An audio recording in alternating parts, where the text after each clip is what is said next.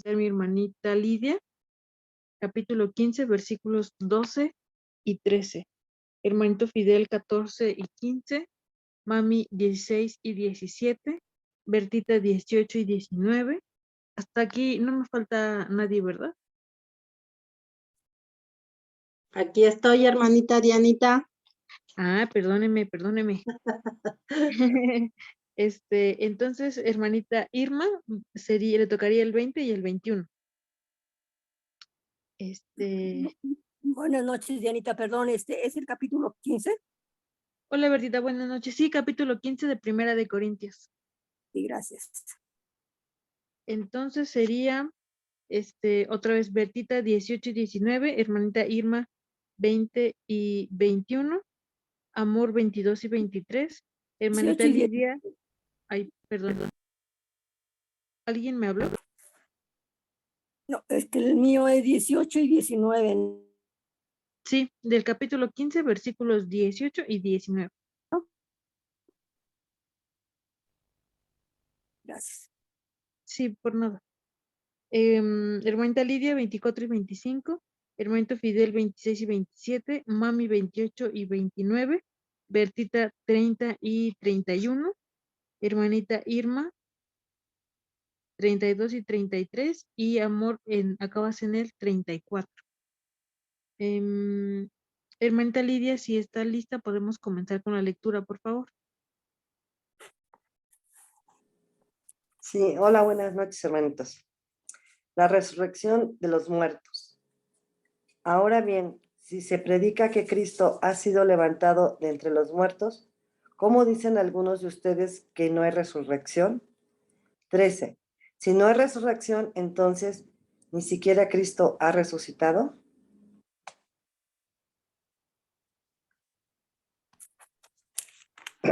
Buenas noches, 14. Y si Cristo no ha resucitado, nuestra predicación no sirve para nada, como tampoco la fe de ustedes. 15. Aún más, resultaríamos falsos testigos de Dios por haber testificado que Dios resucitó a Cristo, lo cual no habría sucedido si en verdad los muertos no resucitan. Amén.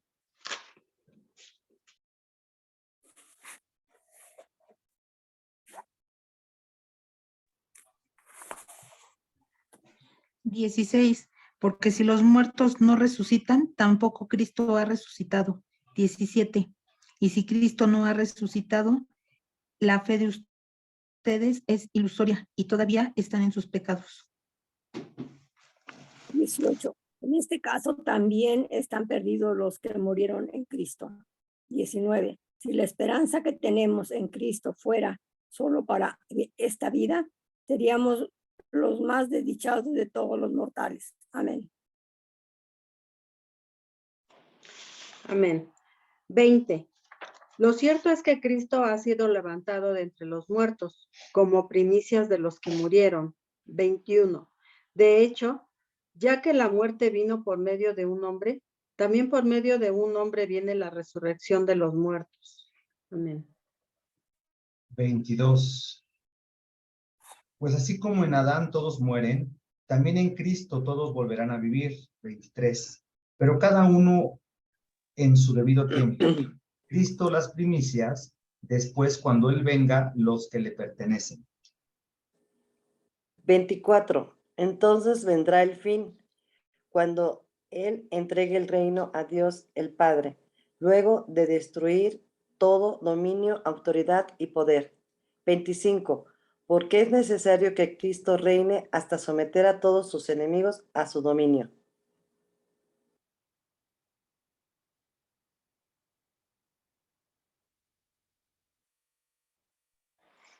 ¿No? 25. Porque es necesario que Cristo reine hasta someter a todos sus enemigos a su dominio. 26. El último enemigo que será destruido es la muerte. Amén.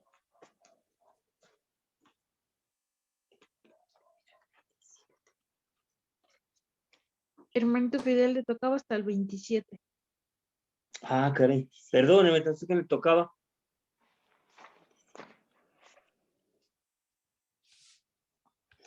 Pues Dios ha puesto todo bajo sus pies, al decir que todo ha quedado sometido a su dominio.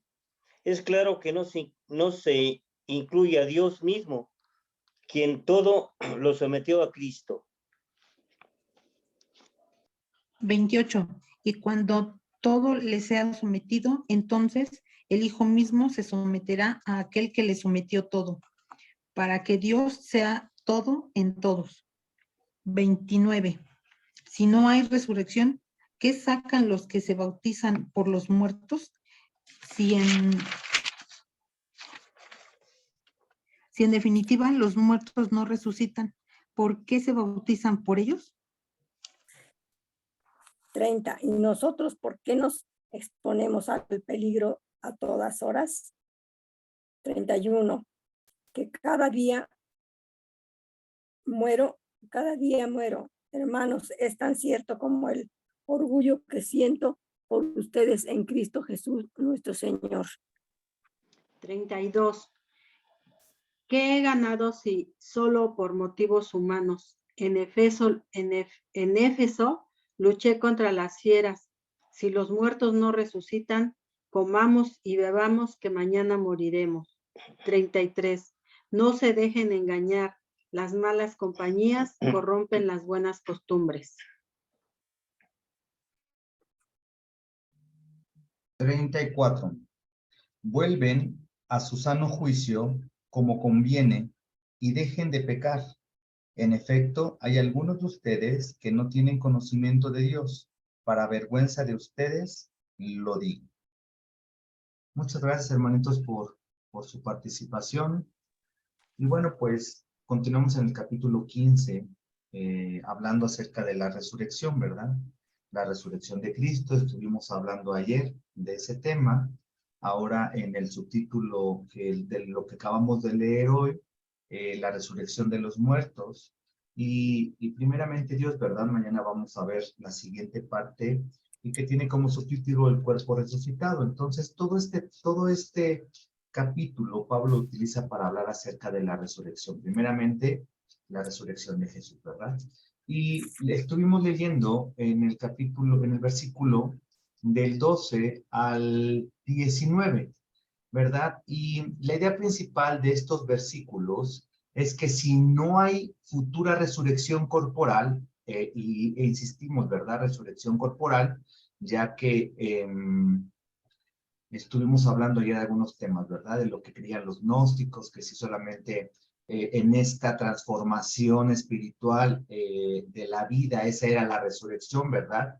Algunos hablaban de ese tema, o que Jesús no había venido en cuerpo, sino solamente como un fantasma, etcétera, ¿verdad? Ya lo estuvimos estudiando ayer, y por eso Pablo habla acerca de esta resurrección corporal, ¿verdad? Del cuerpo. Si no hay una futura resurrección corporal de todos los cristianos, tampoco se levantó físicamente Jesús de los muertos, y esto hace que el cristianismo no tenga sentido. En estos versículos, ¿verdad? Del 12 al 19, Pablo repite constantemente este mismo pensamiento desde distintos puntos de vista. El resultado final es que si no hay resurrección corporal, tanto la predicación apostólica como la fe de los corintios son inútiles, y también la de nosotros, ¿verdad? Pablo y sus compañeros serían mentirosos, versículo 15. Toda la humanidad sigue condenada por sus pecados, versículo 17. Y los que han muerto, incluso los creyentes, están eternamente perdidos, versículo 18. Por ello, los cristianos son los más dignos de lástima y conmiseración, puesto que han renunciado a las comodidades de este mundo, soportando la persecución por una promesa sin fundamento, versículo 19.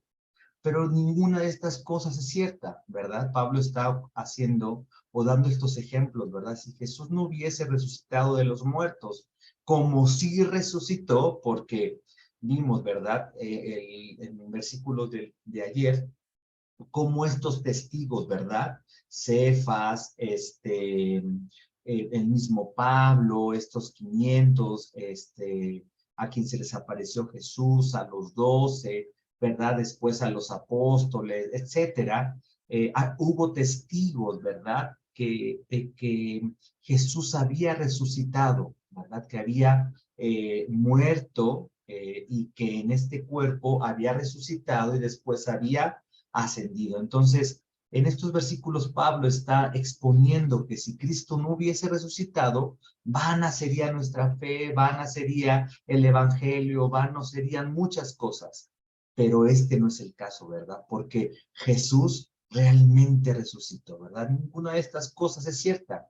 Replica Pablo, Cristo ha resucitado corporalmente, poniendo así en marcha una inexorable cadena de acontecimientos que culminará en la demostración de la absoluta soberanía de Dios, ¿verdad?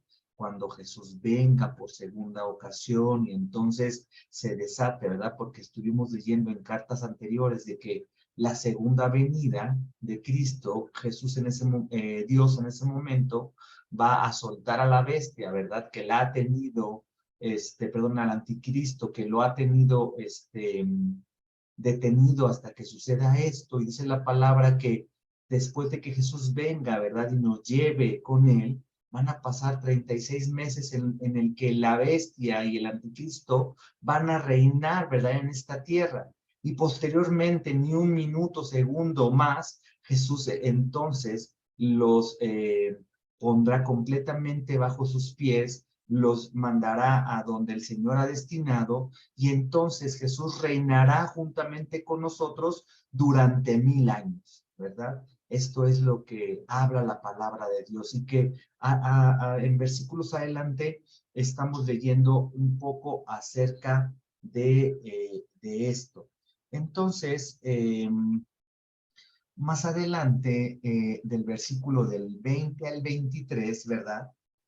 Pablo está hablando nuevamente de la resurrección corporal de Cristo, ¿verdad? El 20 inicia, lo cierto es que Cristo ha sido levantado de los muertos, o sea, ha resucitado.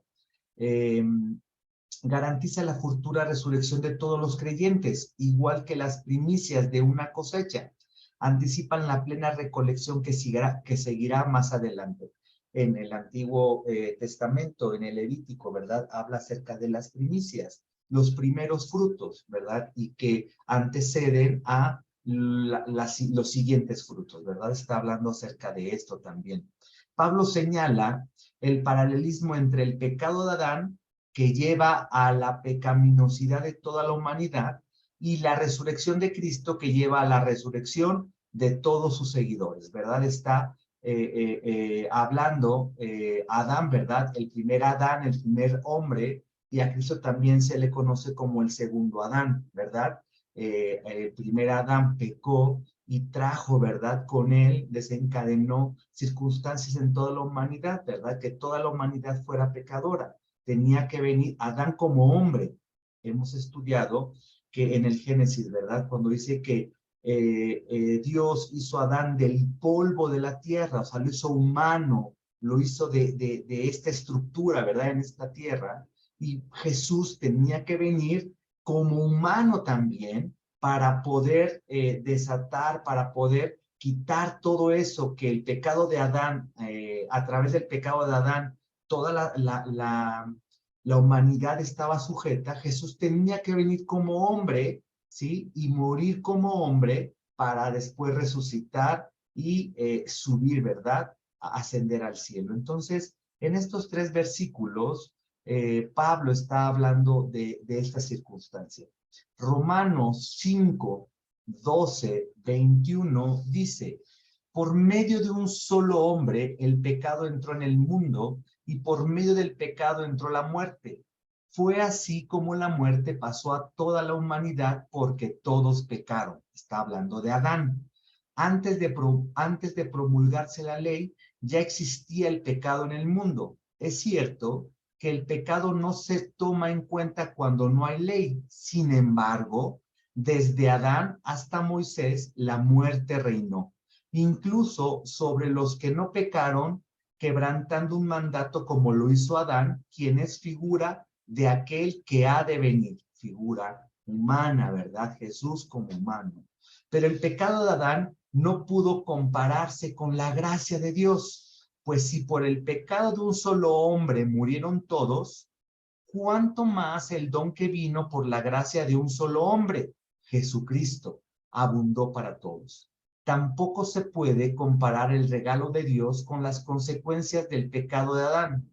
El juicio que lleva a la condenación fue resultado de un solo pecado, pero la dádiva que lleva a la justificación tiene que ver con multitud de pecados.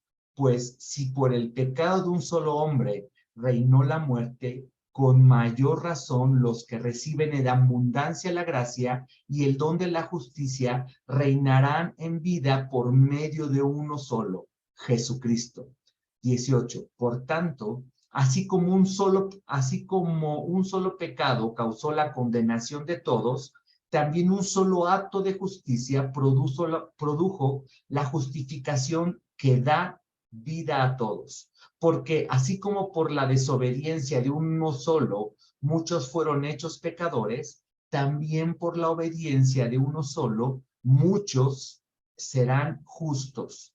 En cuanto a la ley, esta intervino para que aumentara el pecado, pero donde abundó el pecado, sobreabundó la gracia.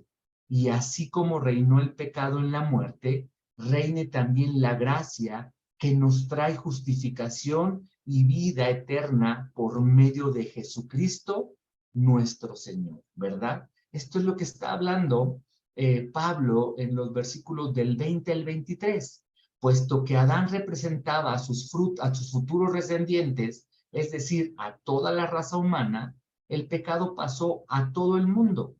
Si Cristo, siendo verdadero y completamente humano, representó a toda la raza humana cargando con sus pecados, puede entonces aplicar los beneficios de su muerte y resurrección a todos los que le aceptan, ¿verdad?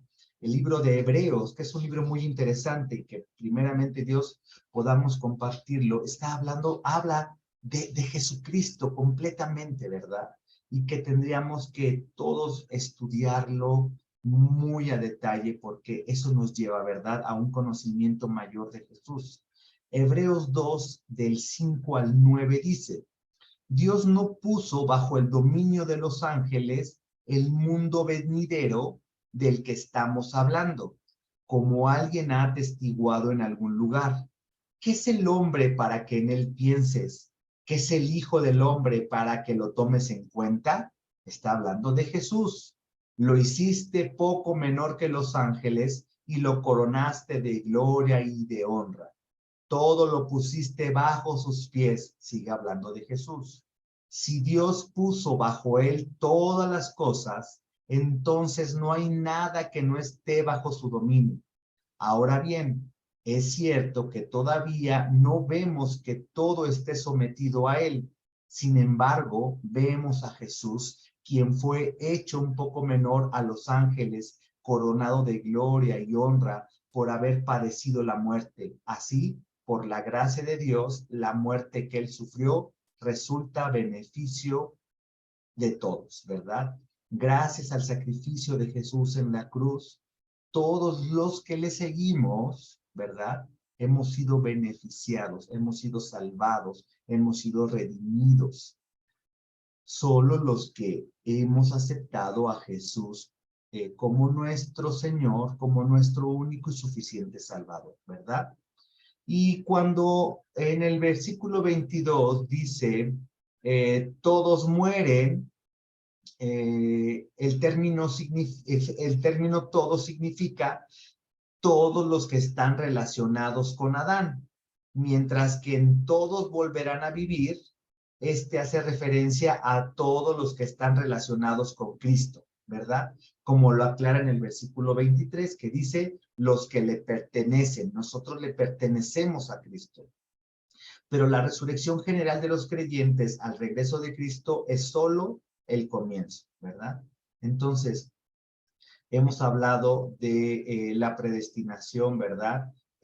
Muchos son los llamados, pocos son los escogidos, el llamado, y aquellos, ¿verdad?, que hemos aceptado a Jesús como nuestro único y suficiente Salvador. Nosotros somos los escogidos, nosotros somos los predestinados. Desde antes de la fundación del mundo, Dios había dado ya o había predestinado las cosas, había puesto el orden de cómo iba a suceder.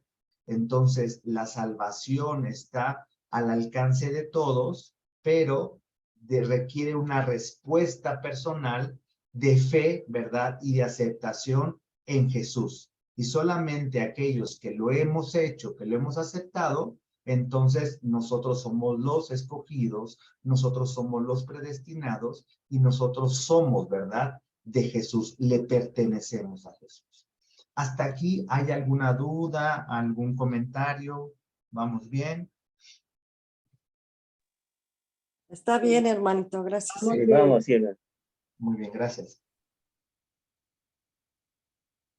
Y es muy interesante del 24 al 28 porque también en Hebreos habla de dominio. Y es interesante del 24 al 28 y que probablemente en alguna ocasión podemos estudiar un poquito más a detalle la palabra dominio. Pero aquí, ¿verdad? En el 24 al 28, dominio quiere decir, viene del griego arge y quiere decir gobierno, ¿verdad? Jefe como orden de tiempo, lugar, rango, y está hablando de dos tipos distintos, ¿verdad? En el 24, cuando dice, entonces vendrá el fin cuando él entregue el reino a Dios el Padre, luego de destruir todo dominio, autoridad y poder. Esta palabra dominio, ¿verdad? Viene del griego arge, pero significa acerca de las autoridades, ¿verdad? Tanto terrenales como estas autoridades angelicales, estos demonios, ¿verdad? Que están ejerciendo este dominio en el mundo. Dice que cuando venga el fin, ¿verdad? Luego de destruir todo ese dominio, autoridad y poder. Y más adelante, cuando habla el 25, que Cristo va a someter a todos sus enemigos bajo su dominio, o sea que los pondrá debajo de él, bajo sus pies, pero está hablando de sus enemigos. Y es muy interesante porque la palabra dominio, al principio les dije que en el 25 viene del griego arge, pero se utiliza también el griego arché, y que tiene dos connotaciones diferentes. Principio u origen de algo, ¿verdad? Cuando habla más específico de Jesús, del orden creado, el principio del evangelio, etcétera, etcétera. Y cuando habla de gobierno, autoridad, también está hablando o está hablando más acerca de los oficiales humanos que gobiernan, las autoridades angelicales, los falsos maestros, ¿verdad? Entonces, es muy interesante que esta palabra dominio en estos versículos está hablando específicamente de los enemigos, porque los va a poner, los va a someter debajo de sus pies, ¿verdad? Y someter viene del griego que es subordinar, reflexivo, obedecer. O sea, cuando los tiempos lleguen, ¿verdad? Los últimos tiempos lleguen, después de que Jesús venga, como les comentaba, el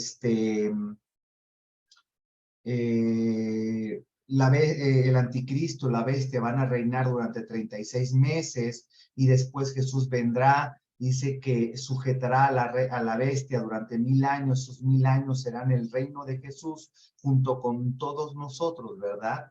Y entonces dice que hasta ese momento, dice que Jesús va a reinar, va a someter a todos sus enemigos. Dice que el último enemigo en ser destruido es la muerte. Entonces, estos versículos explican un poco lo que sucederá posteriormente. Después de cierto intervalo de tiempo sin especificar, llegará el fin o la meta de la historia humana. Por este tiempo, Cristo habrá destruido toda oposición a su reino en el universo, tanto humana como angélica, o sea, diabólica, ¿verdad? Por último, será también destruida la propia muerte, de un modo que el pueblo de Dios no tendrá nunca más de qué temer por toda la eternidad. Pero la última palabra no la tiene Cristo, sino Dios, ¿verdad? Dios está sujetando al anticristo hasta que él decida, ¿verdad? Hasta que él, conforme a su propósito, a su plan, decida que es tiempo de soltarla, porque el mismo Jesús, ¿verdad? Cuando estuvo aquí en la tierra, él enseñaba que ni siquiera él sabe el tiempo, solamente Dios es el Dios Padre, ¿verdad? Es el único que sabe el tiempo. Cristo, como representante de la humanidad y haciendo lo que los humanos, ¿verdad? Deberíamos haber hecho, pero no hicimos. Cristo, el Hijo de Dios, es subordinado, pero no de rango inferior al Padre en su función redentora dentro del tiempo. En el 27, en el 28, ¿verdad? Dice, bueno, en el 27, es claro que no, pues Dios ha puesto todo bajo sus pies, bajo los pies de Cristo, al decir que todo ha quedado sometido a su dominio, ¿verdad? A la autoridad de Jesús. Es claro que no se incluye a Dios mismo, quien todo lo sometió a Cristo. Y es interesante, ¿verdad? Vamos a ver algunas citas bíblicas. Colosense 3:11 dice, en esta nueva naturaleza no hay judío ni no judío, circunciso ni incircunciso, extranjero, inculto, esclavo o libre, sino que Cristo es todo y está en todos. Romanos 11 del 33 al 36 dice, qué profundo es el conocimiento, la riqueza y la sabiduría de Dios, qué indescifrables son sus juicios e impenetrables sus caminos. ¿Quién ha conocido la mente del Señor o quién ha sido su consejero? ¿Quién primero dio algo a Dios para luego Dios le pague? Porque todas las cosas proceden de Él y existen por Él y para Él. A Él sea la gloria por siempre. Amén. Jesús sigue estando en última instancia subordinado a Dios. El resultado es que Dios es todo en todos, es decir, penetrantemente soberano. Aunque el Hijo es esencialmente igual al Padre, sigue estando funcionalmente subordinado a Él, ¿verdad? En Romanos 11, 36, 33, lo que acabamos de leer, dice que ¿quién le ha dado un consejo a Dios? Nadie, ¿verdad? Dios es eterno, Dios todo lo sabe, Dios está en todo lugar. ¿Quién primero le dio algo a Dios?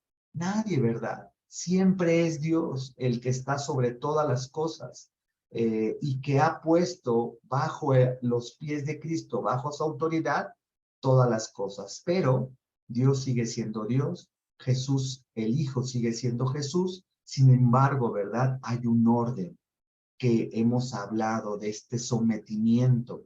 Desde Jesús se somete al Padre, los varones someten a Jesús, las mujeres se someten a los varones, ¿verdad? Es algo funcional que Dios ha puesto desde el principio y que Jesús, como hijo obediente del Padre, no está saliéndose de este orden. Al contrario, Él nos enseña cómo debemos nosotros someternos a Él y a su vez a Dios.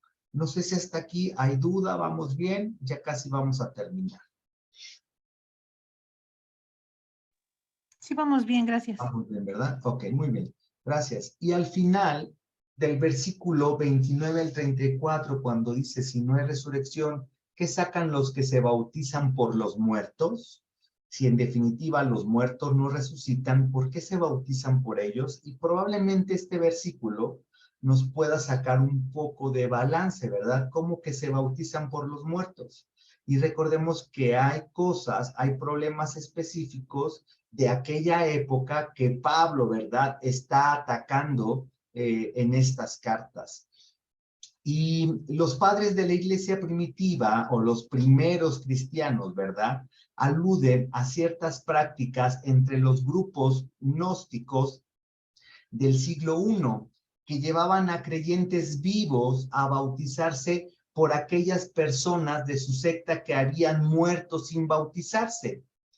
Teniendo en cuenta las tendencias de los corintios hacia las primeras creencias y prácticas del gnosticismo o gnósticas, no es difícil imaginar que algo parecido hubiera comenzado entre al menos algunos de Corintio, ya sea en el siglo I. Entonces, esta práctica, ¿verdad? Era una práctica de aquella época, de esta secta del gnosticismo, ¿verdad? Ya hemos hablado un poco acerca de esto, y que estaba llevando, ¿verdad?, a que esta secta tenía como costumbre, llevaban a creyentes vivos a bautizarse por aquellas personas que ya habían muerto sin bautizar, ¿verdad? Y que en nosotros no sucede de esa manera.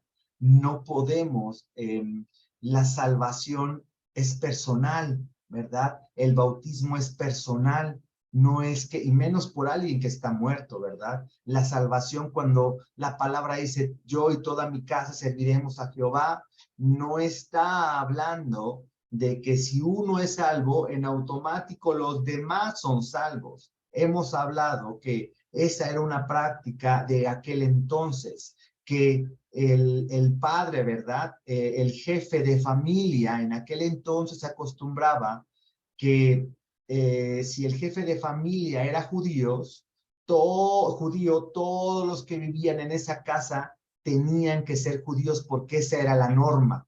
Si el jefe de la casa era, no sé, cristiano, todos tenían que seguir esa religión porque esa era la norma. Por eso esa palabra debemos de tener cuidado con interpretarla, que si yo he aceptado a Jesús, en automático mis hijos, mi esposa deben de o tienen que. No es así, la salvación es personal, el acto del bautismo es personal y que tenemos que tener cuidado, ¿verdad? En aquel entonces estaban dando estas circunstancias y que Pablo está tocando este tema para abrirle los ojos a los corintios y que no siguieran con estas prácticas, y que hemos visto cómo querían traer muchas prácticas de lo que ellos, de cómo se comportaban anteriormente, y Pablo ha estado en esta carta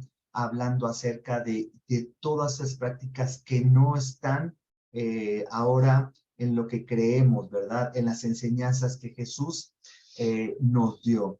Entonces, en otras palabras, ¿verdad? Aquellos que se bautizan por los muertos contradicen su propia teología que niega la resurrección.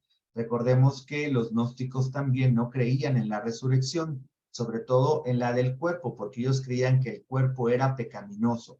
Es bien posible que los corintios le hubieran contestado que llevaban a cabo tales bautismos a favor de las almas de los difuntos, pero está Pablo convencido de que sin cuerpo no hay más vida, ¿verdad? Y que esa práctica no era correcta. Y Pablo, en los versículos del 30 al 32, recurre a dos argumentos que son paralelos, parecidos, procedentes de su experiencia personal. ¿Por qué tienen que seguir tolerando la hostilidad de los demás y arriesgar su vida por el evangelio si no hay esperanza de resurrección? Sería vano, ¿verdad? Si no estamos esperando o si no confiamos en la vida después de la muerte, entonces, ¿para qué está pasando todo esto, verdad? ¿Para qué se comportan de esa manera? En 2 de Corintios 11, 23 al 29, cuando lleguemos a ese momento, esta porción de la palabra nos va a arrojar más luz sobre la clase de pruebas que han tenido que soportar en aquel momento. En el versículo 31, Pablo utiliza una palabra griega que sirve para introducir un juramento o declaración solemne de la verdad de una determinada afirmación. La frase "es tan cierto como el orgullo que siento por ustedes" traduce algunas palabras griegas, por vuestra jactancia, y sería más natural entenderla como la jactancia de los corintios en Pablo. Y en el versículo 32, ¿verdad? No debemos de entenderla literalmente cuando dice: ¿qué he ganado si solo por motivos humanos en Éfeso luché contra las fieras, ¿verdad? No es que Pablo haya luchado físicamente contra las fieras, ¿verdad? Era algo que estaba sucediendo en aquel entonces, ¿verdad? En estos juegos de los romanos, ¿verdad? Que ponían a los cristianos a luchar contra leones y contra ese tipo de animales, pero no es que Pablo haya luchado físicamente con las fieras, sino Pablo, ¿verdad? Está hablando o está utilizando una metáfora de la lucha contra animales salvajes. Se utilizaba habitualmente para aludir la oposición humana, ¿verdad? Algunos piensan que el apóstol está haciendo referencia, perdón, al disturbio en Éfeso y mencionado en Hechos 19, 23, 41, ¿verdad? Pero bueno, este es solamente un comentario, ¿verdad? De los que algunos piensan. Lo que sí es cierto es que Pablo está utilizando esta metáfora de luchar contra las fieras como la oposición humana, ¿verdad? Y hemos visto cómo a través de la palabra Pablo narra, o la palabra nos enseña cómo Pablo, ¿verdad? Tuvo que luchar contra esa oposición humana.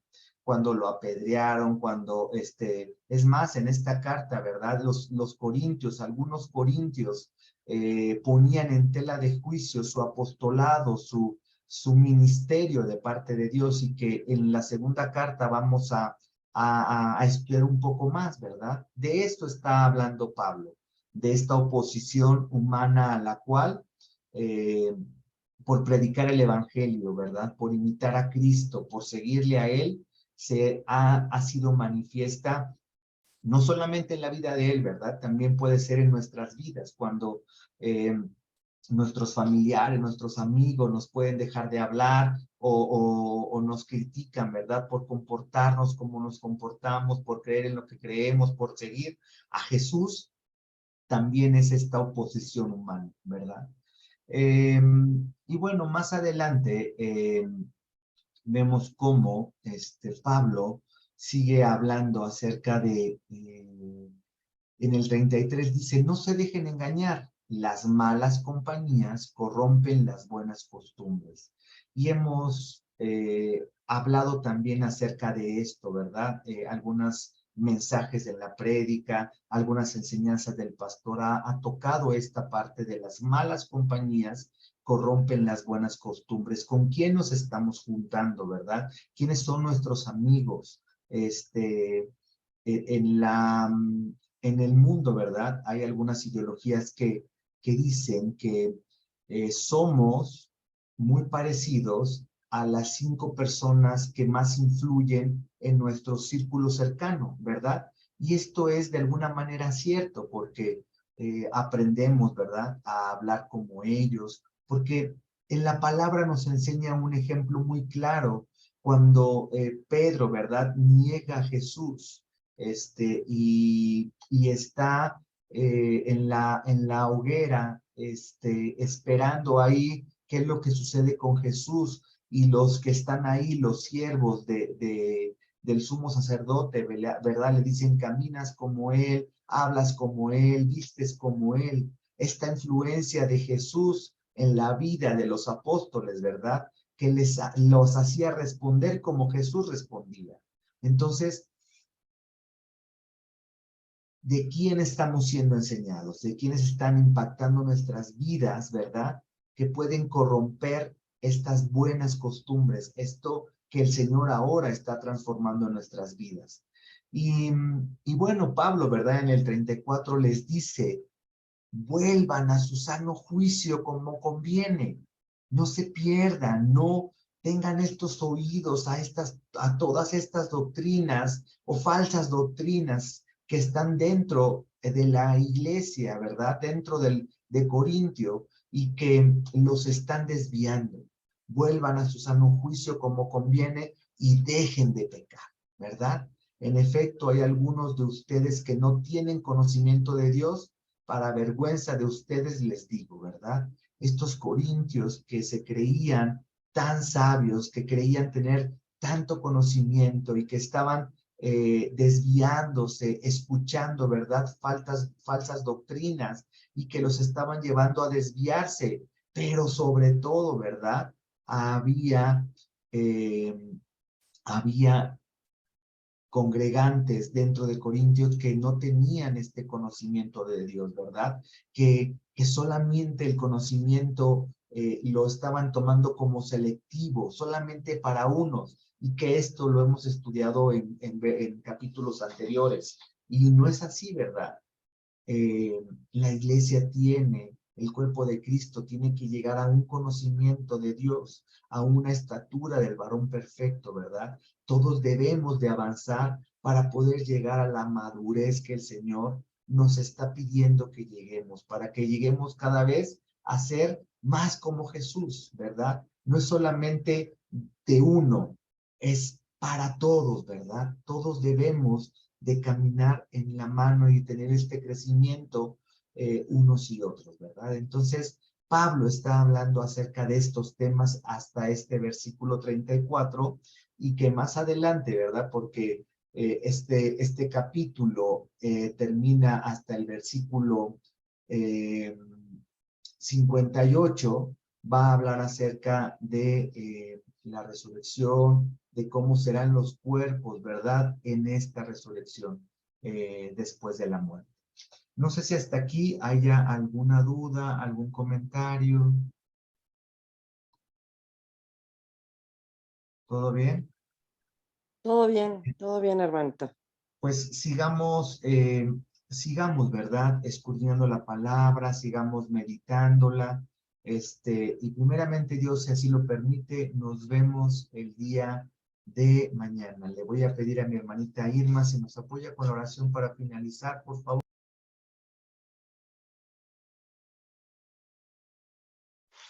Sí, buenas noches, hermanitos. Bendito Rey de la Gloria, te damos muchas gracias, Señor, por esta enseñanza, esta lectura, Señor, que nos hace entender tantas cosas, Señor, que vienen, que a lo mejor ya no lo vemos nosotros, Señor, pero para eso hay que estar preparados y para eso estamos aprendiendo, para eso estamos estudiando tu palabra, Señor. Te damos muchas gracias en esta noche. Te pedimos también, Señor, que bendigas la vida de cada uno de los que nos conectamos, Señor, y que los que no se han podido conectar, Señor, toque sus corazones para que ellos puedan conectarse y que también puedan disfrutar y entender y estudiar tu palabra, mi Dios. Te damos muchas gracias, Señor. Bendice la vida de nuestro hermanito Angelito, de Dianita. Te lo pedimos en el nombre poderoso de tu Hijo amado Jesucristo. Amén. Amén. Amén. Gracias, hermanita Irma. Amén. Hermanitas, buenas noches. El Señor les guarde. Hasta Bendiciones, mañana. hasta mañana. Hasta mañana. Mañana.